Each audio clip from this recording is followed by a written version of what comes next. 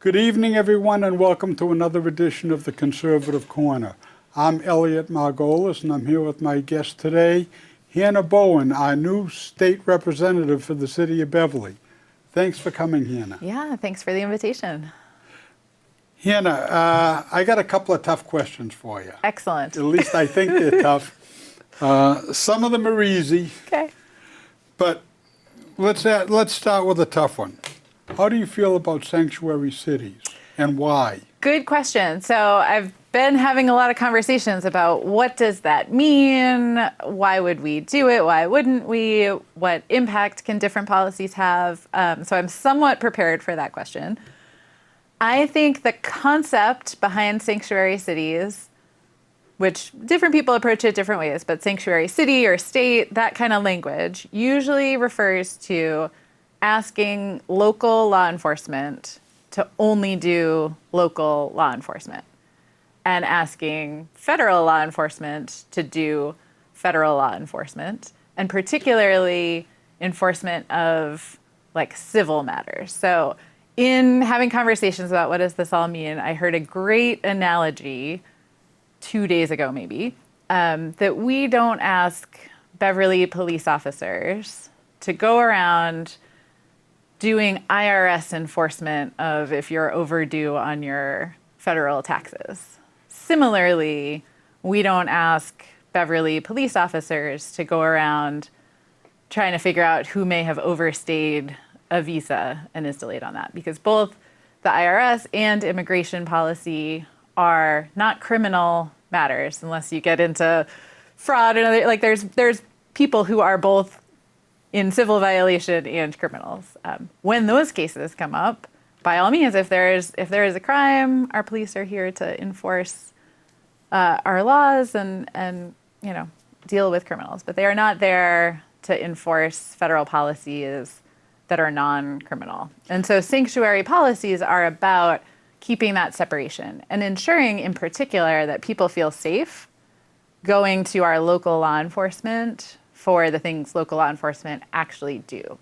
So what a sanctuary policy usually is intended to do is to make sure that somebody who, has the classic example is sort of a domestic abuse situation or an employee who is being targeted and harassed by someone in their workplace, things like that.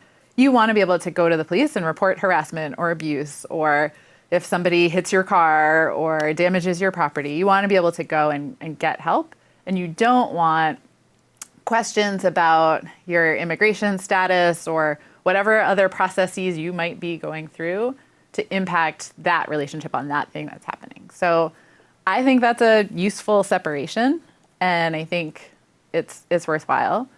Also, how we do those policies matters. And, there's a lot of questions about right now, people are looking for ways to sort of counteract what feels like a very violent crackdown with masked immigration enforcement officers who don't identify themselves, like really militarizing what should be a relatively straightforward civil engagement.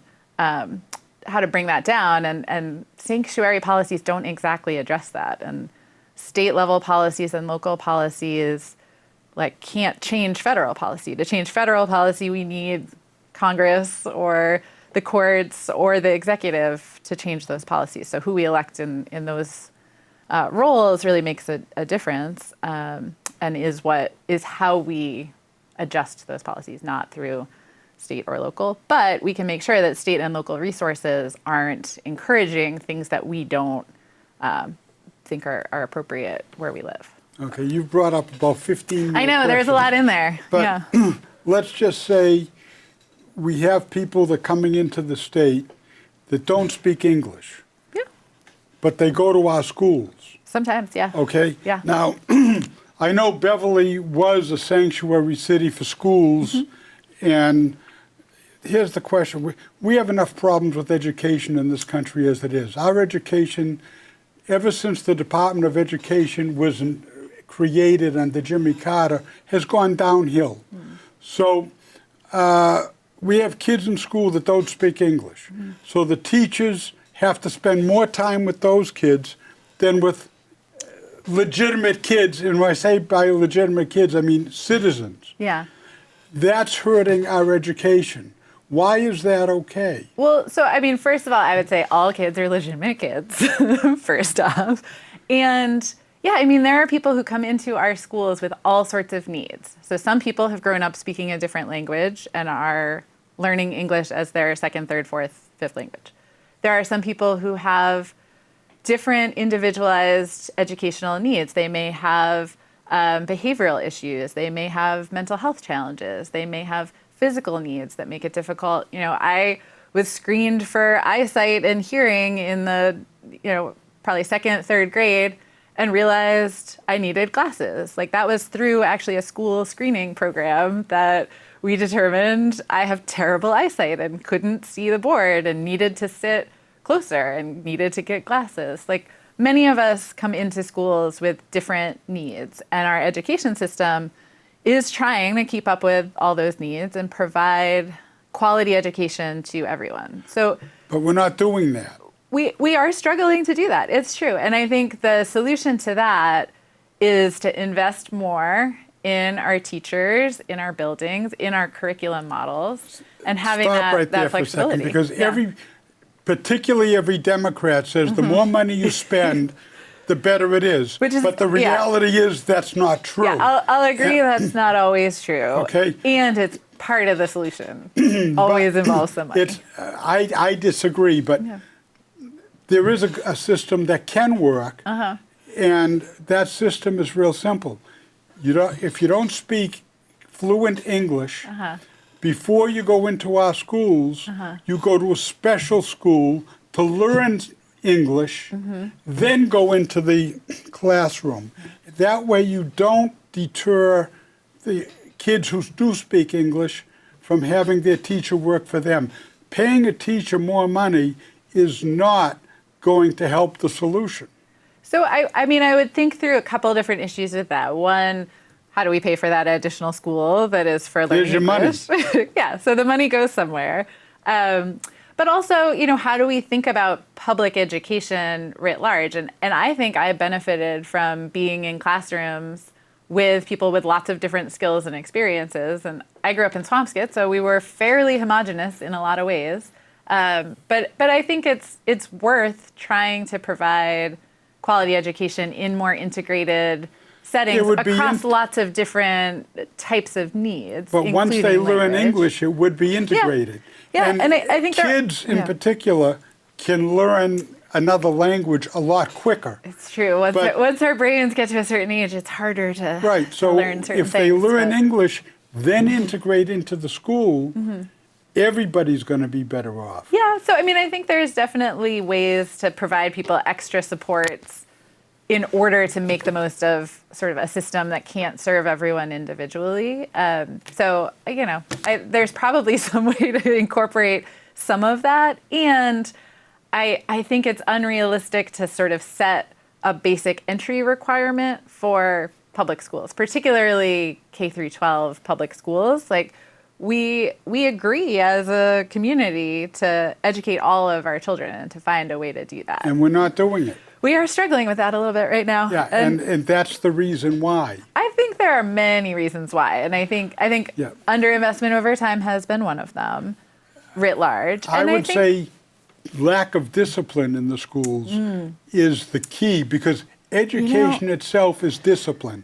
We don't allow it. Yeah, there's definitely like a bigger debate than I even have seen the full spectrum of among educators right now about, how do you manage classrooms? And so actually yesterday up on Beacon Hill, there was a bill, it's on the Senate side, so we haven't taken it up in the House yet at this level, but a Senate bill to ban cell phones from bell to bell in all schools. Absolutely statewide. Critical. Yeah, and it's been a really interesting debate to watch so far, and I'm trying to learn as much as possible. There are people who are arguing for like certain exceptions that need to be made. If somebody has type 1 diabetes and needs to monitor their blood sugar using an app, and a device, like they should be able to have their phone in some way. How do you manage that? There are people who think this shouldn't be a statewide policy. Every community should be able to decide what's right in their schools. And then there's like, different types of exceptions or policies or how you would implement it. And it's been interesting to watch so far, but I think I land closer to where you do, that the level of distraction, I mean, for all of us, but including in schools, of having devices that are designed to attract our attention and buzz and all the time is not great for a learning environment. It's not great for most work environments. I think it's been unhealthy for many of us in our relationships. If you can't go out to dinner and actually have a conversation because you're checking your phone all the time, like it's a broader problem. But schools are one setting that we can and do have more control over, like you said, some discipline to create a learning environment that can work for everyone. And so I think we'll see how it plays out over the next few months. It's time to do it instead of talk about it. Well, yeah. Okay. Yeah. That's a challenge for legislatures. So the state rep job is a part-time job. Depends who you ask. I'm treating it as a full-time job. Well, it's listed as a part-time job. We are considered a full-time legislature in that we meet basically year-round. And have salaries that are designed to enable people to just do that one job. There's much debate about whether you can or can't live on the amount. And there is a workload that goes year-round. So real part-time legislatures, some of them meet only every 2 years, or only meet like every other month, or only have a 3-month session every year. There's a variety of models where the legislators all do other things. In the Massachusetts legislature, it's considered a full-time legislature, but there is a lot of flexibility in how you do the job, how much time it takes, where you need to be. And so many people do have complementary roles. And, there's different schools of thought about that. So for me, I'm treating it as a full-time job, and really enjoying the fact that I can spend full time doing the things I think it takes to really understand what my neighbors care about and are experiencing, really dig in on the policy issues, really support people through constituent services, helping connect with different agencies. Like I would love to talk about unemployment, which is a big issue right now. And especially as a new legislator in the State House, just learning the ropes and building the relationships that it takes to get things done up there. So. I get the impression, and I get this from Congress as well as from the State House, that people, you can't vote for what you want unless you're given permission to vote for what you want. Yeah. Otherwise, you're going to get penalized by not being on a certain committee or this or that or the other thing. So you can't always represent your community. And to me, that's a problem. Yeah, I agree. And I'm still trying to figure out how much of that is perception and reality. There's obviously, particularly in a two-party system, but in a party-based system, there is good reason why parties stick together and come up with sort of shared priorities and then follow through as a block on those things. But you're right, it feels like that has gone way too far at all levels. And we are not kind of operating as representatives of our communities only.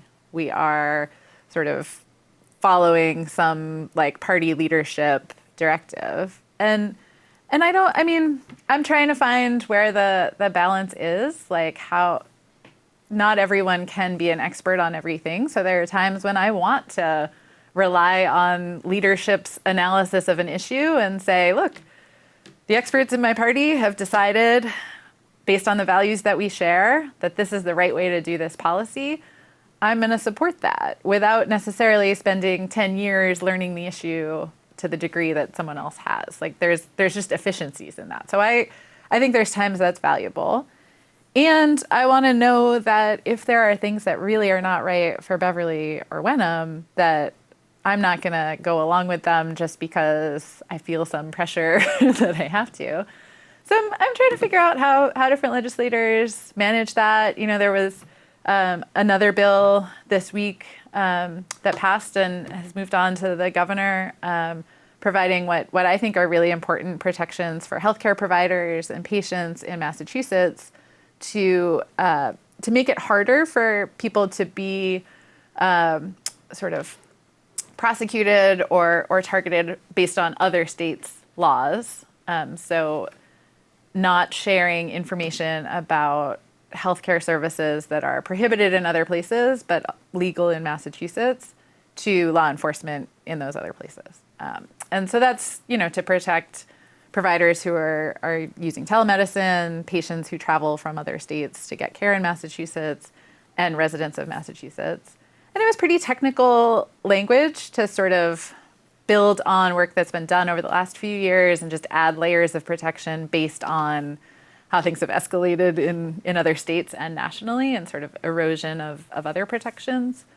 So that bill, is also designed to protect some kinds of care that, there are people who oppose. There are kinds of care that I think are very valuable and that we need to protect. But, reproductive health, something very important to me as a middle-aged woman. Should be important to everybody. Should be important to us all. But there are people who feel differently. And the vote was not a unanimous vote of the House, right? So there were some Democrats who voted against the bill that was supported. There were some Republicans who voted for it.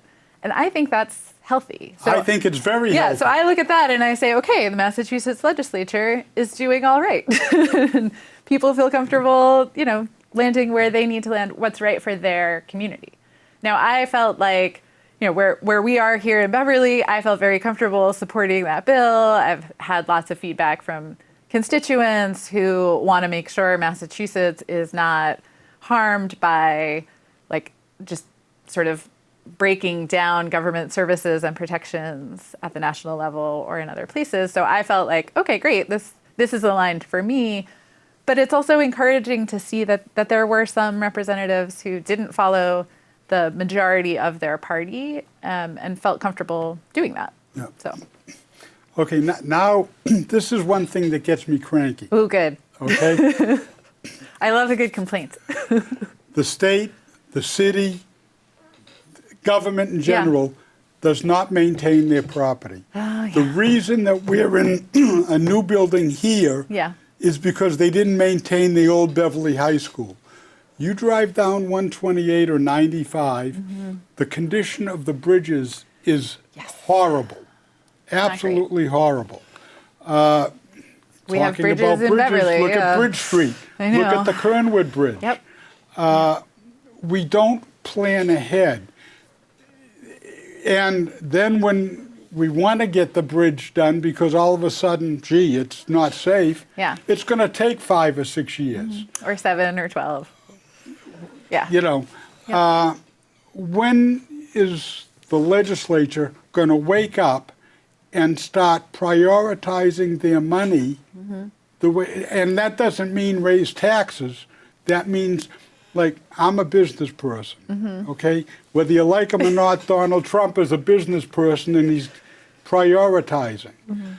When are we going to prioritize? Because it's more expensive to put a new bridge in, number one. Number two is, suppose one of the bridges on 95 collapses because of the lack of maintenance. Do we all just not move around anymore? Yeah.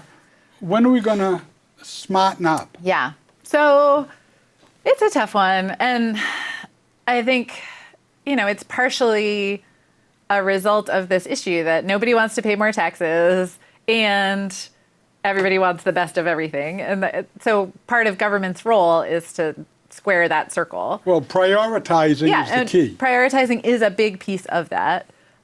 So I think there is a lot underway right now. It's also really slow to change. So,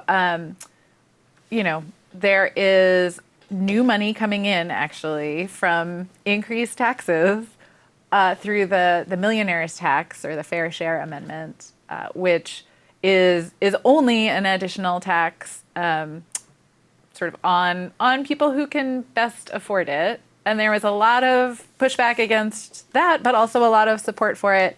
It passed, it's happening, and has raised more revenue even than expected the last, fiscal years. So we actually are now able to invest more in education and transportation. And I think it's really useful to have those buckets prioritized because, they're the two that you honed in on, what's happening in education, what's happening with our roads and bridges.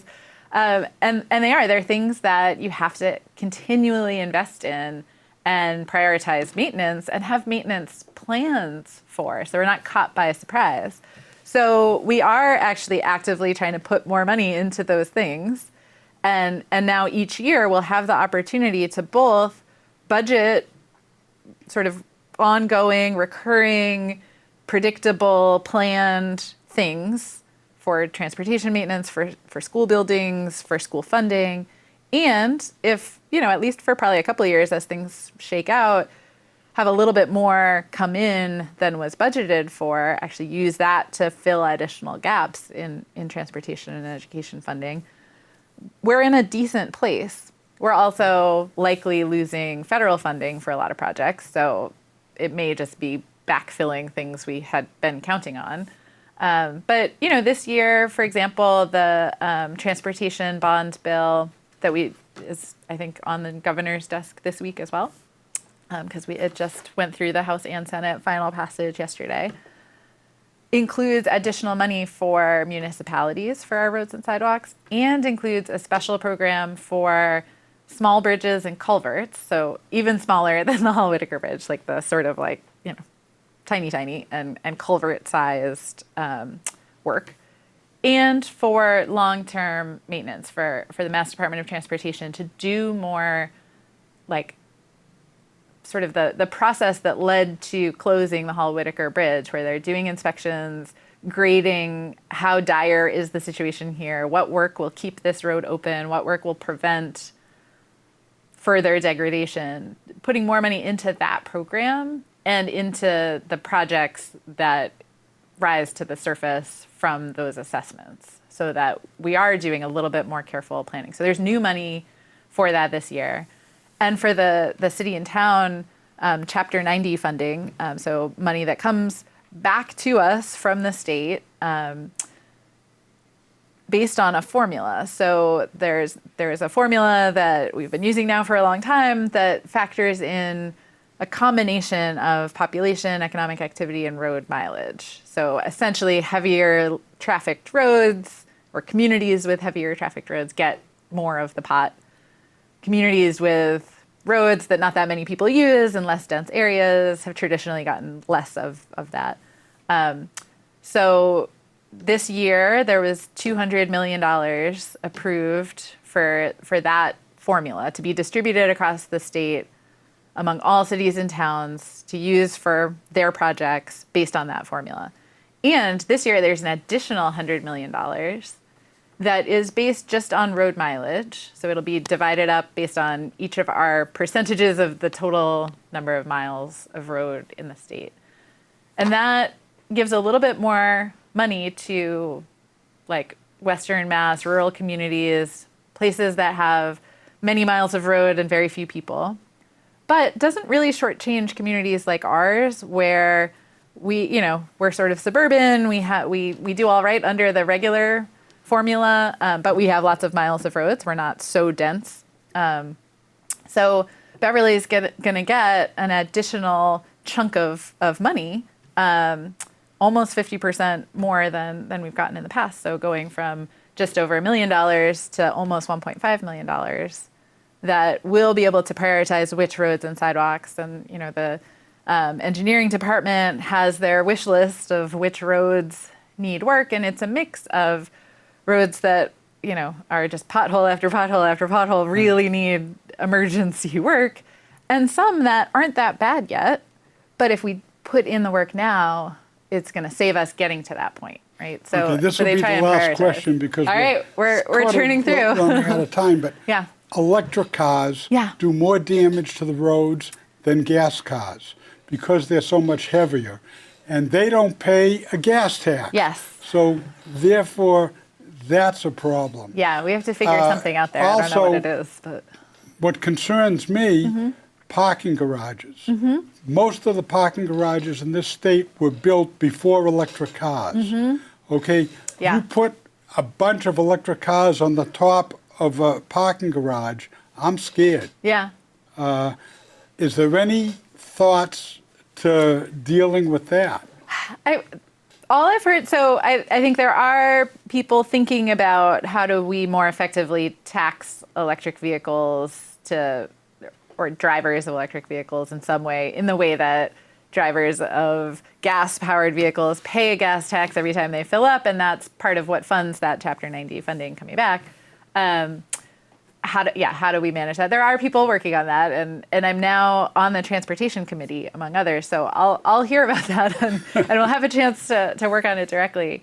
But the question of what we do with electric vehicles for charging and for the fire risk associated with them and other things and weight and all that, that's more of a piecemeal approach so far. So I know, like in the city, our fire department weighs in on any new building. If there's going to be parking underneath or an enclosed parking garage, they're making recommendations about how to do that safely in an era of electric vehicles. But there isn't as much that I've seen talk about what that would look like in terms of statewide regulations, building codes, things like that. I'm sure there are people starting to think about it as well. So I'll dig in and see if there's more going on there than I've seen so far. But. Well, as I figured, I wasn't going to get to all my questions. Oh, at least we got to the hard ones. But there's a lot for you to learn. Yeah. And that's understood. You've got a lot to learn. Yeah. Trying to be humble about that. You can't do it just like that. Yeah. There's a lot going on in the state. Yep. I knew you could handle the job. I mean, we don't agree on everything, but that's okay. Yeah. It's important you hear both sides of the story. Yep. And that's, the key thing is listening. So if you'd like to say a couple of words, you got 30 seconds. Excellent. Well, I mean, I want to listen, really. So it's there's lots of ways to reach me. You can stop by the State House. You can come by office hours, the first and third Friday of the month, and all over the city at other times to be posted. You can email me. It's hannah.bowen@mahouse.gov. And I want to hear what's on your minds, what solutions you have, even the complaints, and particularly things that our office can help with navigating state bureaucracy or state agencies. We're there to help. Great. Thanks for coming on. I hope to have you on again after you've been there for a while. And after the learning curve slows down. after the learning curve slows down, and I'll have even tougher questions Excellent. for you. I'll be ready. Okay. Thanks for watching. I hope you learned something. And Hannah, good luck. Thank you.